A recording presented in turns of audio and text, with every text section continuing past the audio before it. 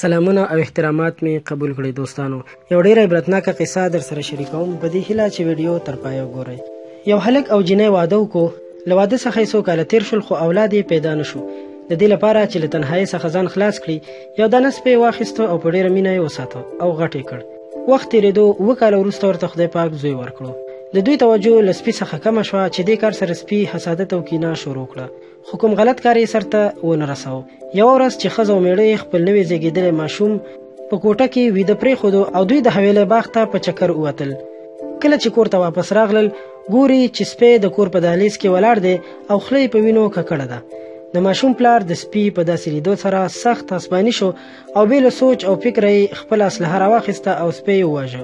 سړی په دې فکر کې و چې د سپي خوله ځکه په وینو ککړه ده چې کیدای شي زما زوی یې خوړلی وي، او په همدې سوچ په تیزۍ سره کوټې ته ننوتو چې ګوري یو لوی مار چې سر یې پرېک شوی دی مړ پروت دی چې سپي وژلی و، تر څو د ماشوم ته زیان ونه رسوي او ماشوم یې روغ جوړ پروت و.